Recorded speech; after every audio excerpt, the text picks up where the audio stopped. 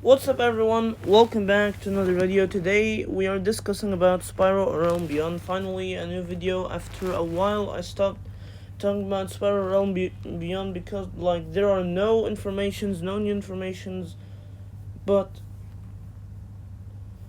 I've got a new idea today and I just wanted to tell you my excitements, questions and concerns about Spyro Realm Beyond.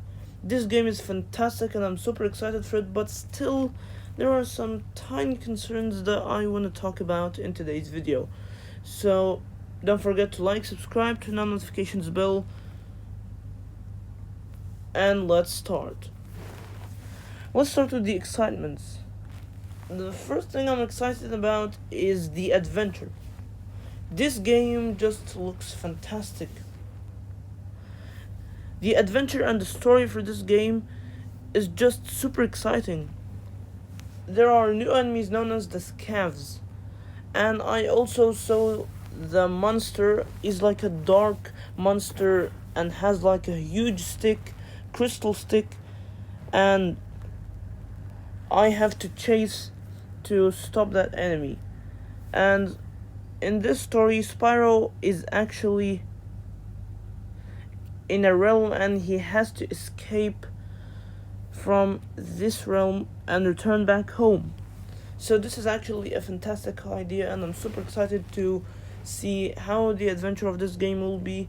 I've seen also, apart from the gameplay, and I've seen that this is gonna be an amazing adventure. This game is gonna be super long because we've actually seen just a lot of things in the trailer. Plus, the development time for this game is super long. This means that they worked a lot on every single detail in the adventure to enjoy it. And the development time for the game actually was since Toys for Bob became an indie studio on 29th of February 2024. But we can say that it started officially in March. We thought it was like January 2024 and December 2023. That's what I said before, but turns out that was actually wrong, and it actually started in March 2024, and it was leaked, and I actually talked about it in March 2024. The video was that Spyro was officially in development, Spyro 4, and I've spoken a lot about this game. So this game is literally the development time is from March 2024 and the release date is in spring 2027, let's say in April. That's literally over 3 years, 3.2 years, and this means this game is gonna be super long and super amazing. I'm super excited for the adventure. Number 2, the second thing I'm excited about is the new design. The design looks amazing. The design, even for the text of Spyro, looks different. How Spyro looks like is just amazing, and I'm super excited to see what Toys for Bob is hiding for us. We have also seen the design, and I made a design analysis. We've seen some different tails, different shapes, new abilities, and I'm just super excited to see how Spyro will look like. He looked quite different in the trailer, but in the gameplay we actually can see that Spyro, I just like how he looks like in the gameplay. The third thing I'm excited for is the abilities. I'm excited for the abilities, and the diving ability we've seen and the free flight just makes the game super fantastic. Free flight, I can fly and explore new adventures using Spyro and dive with Spyro. It's just going to be super amazing, and I just really like how Spyro dives, how the Spyro mechanics are, and it's super fantastic. And this game is gonna be bringing a lot of things to us in terms of the abilities of Spyro. We've also seen Spyro shooting on enemies using his fire breath. That's actually amazing. and I look forward to seeing the abilities. Hopefully, there are going to be a lot of abilities, because like there are lots of things to explore, and it's just going to be amazing. Number 4 is the gameplay. The gameplay just looks amazing.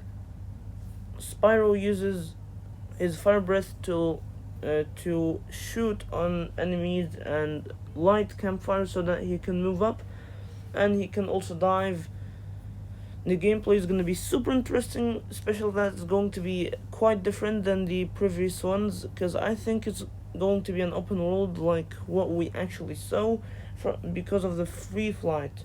And I think this is actually going to make it a huge world, but not limited to levels. You just don't know where the game is going to end, and you just have to explore this open world, and it's gonna make the game even better and better. And I wonder if it is going to be like World of Warcraft. I'm just going to leave that till the questions. Next thing I'm excited about is the difficulty of the game. I'm excited for the difficulty. I mean, like, how difficult is the game going to be? Is it going to be like Crash 4? We've actually seen something. The game is not going to be as difficult as Crash 4 and not that easy as of Spyro Ignited Trilogy, and that's actually good. Like Crash 4 was a killer to me, honestly. It just destroyed like my whole holiday. I spent the last holiday in 2025 trying to complete this super difficult game. I've also completed Crash 1 and Crash 2, but this actually started from the beginning. For Crash 1, it started from the beginning in like September 2024, then I stopped since November till like the holiday of 2025, and I just played a lot, and it was super challenging. So could the game really be challenging? And I'm also excited for the last thing. This is the 6th and final thing I'm excited for, and it's the Platinum Trophy. This is especially for PlayStation, or achievements. Let's say achievements. Like, I'm excited to try all the challenges, get all the trophies, and just try to get the Platinum Trophy. Is the game going to be challenging? We're gonna be seeing a lot coming soon. Let's go to the second thing. Questions. Now, is the game going to be an open world? I am not sure about that. I said that it's probably going to be an open world game, but would it be really an open world without just limited levels? I'm not sure if it's going to be an open world or not, but it seems like it's going to be like that. And I've talked about this before, I guess in November 2024 or something like that. It was quite a long time ago, but I just spoke about if Spyro is going to be an open world, and it seems like probably yes. The game has free flight, so because of free flight, maybe it is an open world. Number 2 is the flight mechanics. How is it going to be? Is it going to be like World of Warcraft, a game which actually depends on flying, but it just gives you a boost when you dive down, and just it helps you fly even further? So is this gonna be like for the flight mechanics in Spyro A Realm Beyond? We've also seen Spyro just flying and flying. So I'm not sure if it's going to be like World of Warcraft, but I don't think so. But still, we are not sure about that. If it's going to be like World of Warcraft and just like have the same mechanics, So, the third question: is Spyro going to be able to swim In the trailer, we've actually seen the water down and it just looks beautiful. So, can Spyro actually explore the world underwater like what we've seen in Spyro Ignited Trilogy? Could this be actually true and real? Or will Spyro be limited to flying and just moving on the ground? It's not really all about flying. We've also seen Spyro moving in a level similar to like Peacekeeper's world. There are gems. So here's the fourth question. I wonder if you use the gems to open new levels, like what we've seen. I'm just asking if by collecting gems you'll be able to open new levels and just explore even more. I have two more questions. Question number 4. Where is Sparks? We haven't seen Sparks in the trailer, but in the story is just about that Spyro is actually in a room and he has to escape from that and return back home and defeat all of the enemies and form allies. Now, here's where it gets interesting.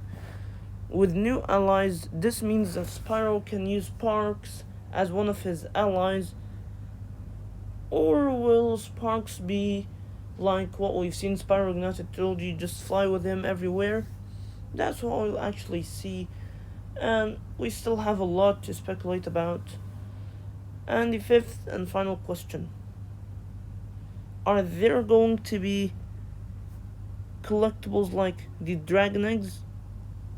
This is actually a pretty interesting question. Dragon eggs, we used the dragon eggs to open new levels, and it was one of the main collectibles to fully complete the game. And I'm still collecting them till now. I'm playing Spyro Ignited Trilogy, so that will make the game even more interesting. But here we come to the bad part, the concerns. The concerns is pretty much the least thing we're talking about in today's video because this game is just full of excitements. And the first concern is making it too easy. I don't want this game to be easy, like super easy, or easy to complete like Spyro Ignited Trilogy. One of the things I don't like about Spyro Ignited Trilogy is that it's easy compared to Crash games. This is what made me like Crash. This is one of the reasons that made me like Crash more than Spyro. But still, that's not the main reason. I just love Crash. My personality loves Crash, and I just love the story of Crash more than Spyro. So that's why you see me playing and speculating about Crash more. But this game is actually super interesting and I'm super excited for it. But making it too easy isn't a good idea for me, honestly, in this game. Number 2, free flight.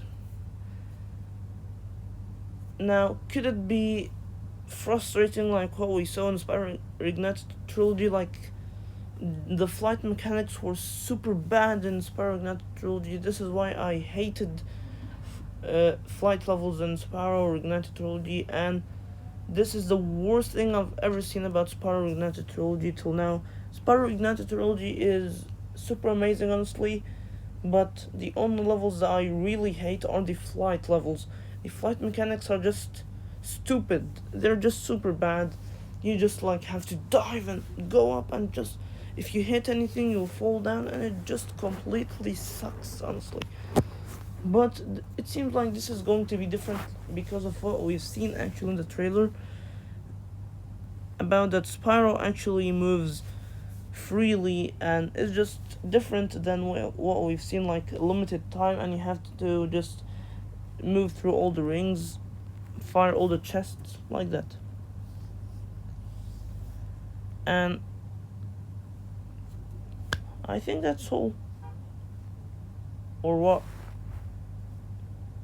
Now, there's also an excitement I forgot to say. The seventh excitement. Let's return back to the excitements. The seventh excitement is that this game is pretty much going to every single way to play, like PS5. I know PS4, it's not coming to PS4, but PS4 is already dead, you know. It's coming to PS5, it's coming to Xbox Series X, Xbox Series S, it's not coming to Xbox One, it's coming to Nintendo Switch too, it's not coming to Nintendo Switch, but it's coming to Xbox Game Pass as of day one, and you can play it on PC.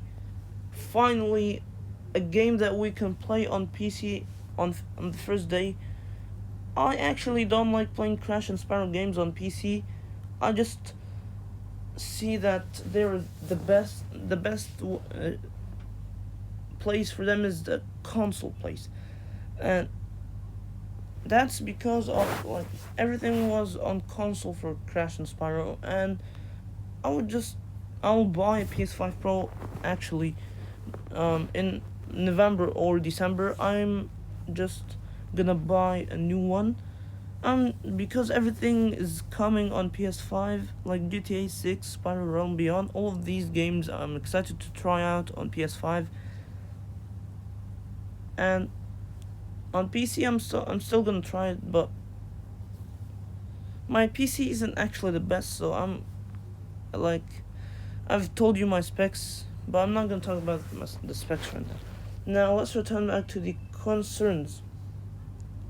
I can't remember if I actually have. Oh, I remembered. The final concern is the background of the game. It just doesn't look good uh, in my opinion. It's not the best to put Spyro like this and just have like a weird portal thing, or it just looks quite weird. It's dark, and you have Spyro Realm Beyond written at the right side.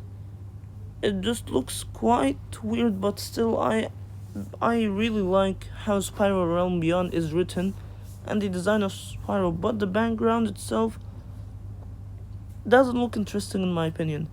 But the game itself, I'm just so hyped for this game, and I'll do anything to try this game as soon as possible.